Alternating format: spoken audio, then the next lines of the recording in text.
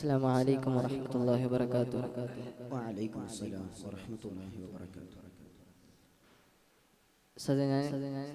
മത വിദ്യാഭ്യാസം പഠിച്ചുകൊണ്ടിരിക്കുന്ന ഒരു വിദ്യാർത്ഥിയാണ്.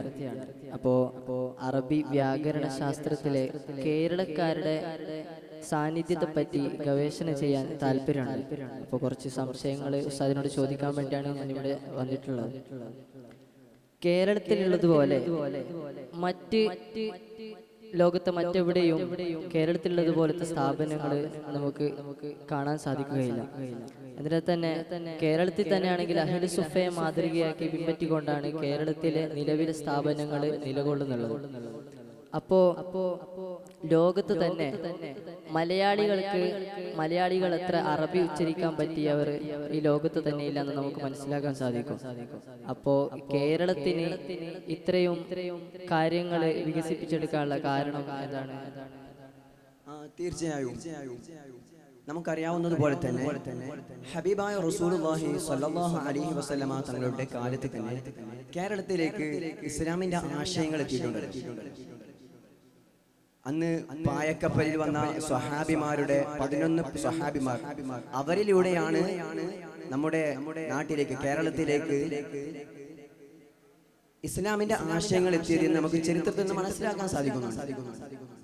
അതുകൊണ്ട് തന്നെ ആവണം അഹ്ലു സുഫയുടെ മാതൃകയിൽ ഇന്ന് നമ്മൾ കാണുന്ന ദർസി രംഗങ്ങളിലുള്ള പഠനം. പിന്നെ നിങ്ങളുടെ ചോദ്യം എങ്ങനെയായിരുന്നു? ഭാഷയുടെ രണ്ട് ഭാഷകളും തമ്മിൽ ഞങ്ങൾ അറബി സംസാരിക്കുന്നത് യഥാർത്ഥ അറബിയുമായിട്ട് നല്ല സാമീപ്യമുണ്ട് എന്നാണ് നിങ്ങളുടെ ചോദ്യം. കാരണം എന്തെന്ന് വെച്ചാൽ നമ്മുടെ മഹാന്മാരായ പണ്ഡിതന്മാർ നേരിട്ട് അറബികളുമായിട്ടുള്ള ഒരു പണ്ഡിത ക്ലാസ്സിലായിരുന്നു അവർ സംബന്ധിച്ചിരുന്നത്. അതുകൊണ്ട് തന്നെ ആവണം യഥാർത്ഥ അറബി നമ്മുടെ കേരളത്തിൽ എത്താനുള്ള കാരണമെന്ന് മനസ്സിലാക്കാൻ സാധിക്കുന്നു. നമ്മുടെ മലയാളവും അതുപോലെ തന്നെ അറബികൾ ഉപയോഗിക്കുന്ന നമ്മൾ ഉപയോഗിക്കുന്ന അറബിയും അതുപോലെ തന്നെ അറബികൾ ഉപയോഗിക്കുന്ന അറബിയും ഒരുപോലെ തന്നെ ആവാനുള്ള കാരണം അതാണ് മനസ്സിലാക്കാൻ സാധിക്കും. ഈ അറബി ഭാഷ എന്നുള്ളത് മലയാളികളുടെ മാതൃഭാഷ ഒന്നുമല്ല. എന്നിരുന്നാലും മലയാളി പണ്ഡിതന്മാരാണ് അറബി വ്യാകരണ ശാസ്ത്രത്തിൽ കൂടുതൽ മുന്നിട്ട് ഇറങ്ങിയിട്ടുള്ളത്. അപ്പോ അവരെ ഒന്ന് ഹ്രസ്വമായ രൂപത്തിൽ ഒന്ന് വിശദീകരിച്ചു തന്നാൽ. അത് നമുക്കറിയാവുന്നതുപോലെ മലയാളികളായ അനേകം പണ്ഡിതന്മാർ അറബി വ്യാകരണ ശാസ്ത്രത്തിന് നിസ്വാർത്ഥമായ സംഭാവനകൾ നൽകിയിട്ടുണ്ട്. മഹാനായ ഷെയ്ഖ് സൈനുദ്ദീൻ മഖ്ദൂം ഒന്നാമൻ തുഹ്ഫത്തുൽ വർദിയക്ക് എഴുതിയ തുഹ്ഫത്തുൽ വർദിയക്ക് അറബി വ്യാകരണ തുഹ്ഫത്തുൽ വർദി എന്ന അറബി വ്യാകരണ ശാസ്ത്രത്തിന് ഒരു വ്യാഖ്യാനം എഴുതുന്നു. അതുപോലെ തന്നെ ലോക പ്രശസ്ത അറബി വ്യാകരണ ശാസ്ത്ര കാവ്യമായ നമ്മളൊക്കെ ഓതിക്കൊണ്ടിരിക്കുന്ന അൽഫിയ, അതിന് ഇബ്നു മാലിക് എന്നവർ ശർഹ എഴുതുന്നുണ്ട്.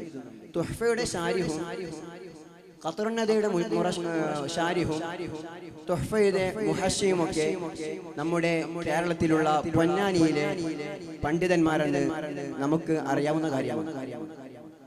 പള്ളി ദർസുകളിലും അതുപോലെ തന്നെ ദാവ കോളേജുകളിലേക്ക് ഓതി വരുന്ന ഖത്റുന്നദയുടെ ശറഅയ ഐനുൽ ഹുദ ഉണ്ടല്ലോ, അതിന്റെ മുസന്നിഫായ ഉസ്മാൻ മഖ്ദൂം എന്നവരെ പറ്റി കുറച്ച് കാര്യങ്ങൾ പറഞ്ഞുതരാൻ പറ്റും?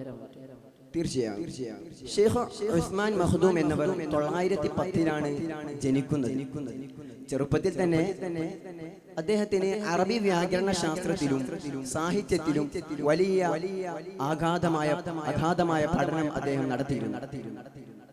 അദ്ദേഹത്തിന്റെ പ്രധാനപ്പെട്ട അധ്യാപകൻ സൈനുദ്ദീൻ മഖ്ദൂം ഒന്നാമനായിരുന്നു. സൈനുദ്ദീൻ മഖ്ദൂം ഒന്നാമന്റെ മകളായ ഫാത്തിമയെയാണ് അദ്ദേഹം വിവാഹം കഴിക്കുന്നത്. 910-ലാണ് അദ്ദേഹം ഈ ലോകത്തോട് വിട പറയുന്നത്. ഇപ്പോൾ കേരളത്തിലെ പണ്ഡിതന്മാർ എഴുതിയ ഇതല്ലാത്ത മറ്റേതെങ്കിലും ഹാഷിയകളോ ഷറകളോ ഉസ്താദിന്റെ അറിവിലുണ്ടെങ്കിൽ? ഉണ്ട്. തുന്നം വീട്ടിൽ മുഹമ്മദ് മുസ്ലിയാർ അദ്ദേഹം തുഹ്ഫത്തുൽ വർദിയക്ക് മഖ്ദൂം എഴുതിയ ശർഹിന് ഒരു വ്യാഖ്യാനം എഴുതുന്നുണ്ട്. മഹാനവർകൾ അദ്ദേഹം ഒരു പൊന്നാനി സ്വദേശിയായിരുന്നു. മാത്രമല്ല താനൂരിലെ ദർസിൽ ധാരാളം കാലം അദ്ദേഹം സേവനമനുഷ്ഠിച്ചതായും അറിയാൻ സാധിക്കുന്നു. അറബിയിലും അറബി മലയാളത്തിലും അദ്ദേഹം ധാരാളം ഗ്രന്ഥങ്ങൾ രചിച്ചതായി കാണാൻ സാധിക്കുന്നു. നേരത്തെ പരാമർശിച്ച അറബി വ്യാകരണ ശാസ്ത്രത്തിന്റെ വ്യാഖ്യാനത്തിന് പുറമെ മറ്റു വ്യാഖ്യാനങ്ങളും അദ്ദേഹം എഴുതിയിട്ടുണ്ട് എന്ന് അദ്ദേഹത്തിന്റെ ബയോഗ്രഫി നോക്കിയാൽ നമുക്ക് മനസ്സിലാക്കാൻ സാധിക്കുന്നു. മാത്രമല്ല ഈ അടുത്ത കാലത്ത് ജീവിച്ച ഒരു മഹാനാണ് വൈലത്തൂർ ബാവ ഉസ്താദ്. ആ ഉസ്താദ് വിദേശ പണ്ഡിതനായ ഇബ്നു മാലിക് റഹ്മത്തുള്ളാഹിന്റെ അൽഫിയക്ക് ഒരു ആശയം എഴുതിയിട്ടുണ്ടായിരുന്നു. അപ്പൊ അതിനെപ്പറ്റി ഉസ്താദിന്റെ അഭിപ്രായം എന്താണ്?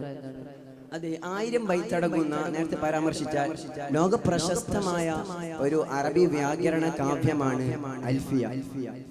ആ അൽഫിയക്ക് കേരളക്കാരനായ വൈലത്തൂർ ഉസ്താദ് 4 ഭാഗങ്ങളടങ്ങുന്ന ഒരു ഹാഷ എഴുതുന്നുണ്ട്. തൽമീഹ് എന്നാണ് ആ ഹാഷയുടെ പേര്. കേരളത്തിന് പുറത്തുമുള്ള മതവിദ്യാർത്ഥികൾ അൽഫിയ പഠിക്കാൻ വേണ്ടി ആ ഒരു ഗ്രന്ഥം, തൽമീഹി എന്ന ഗ്രന്ഥം ധാരാളം ഉപയോഗിക്കുന്നു എന്ന് നമുക്ക് മനസ്സിലാക്കാൻ സാധിക്കുന്നുണ്ട്.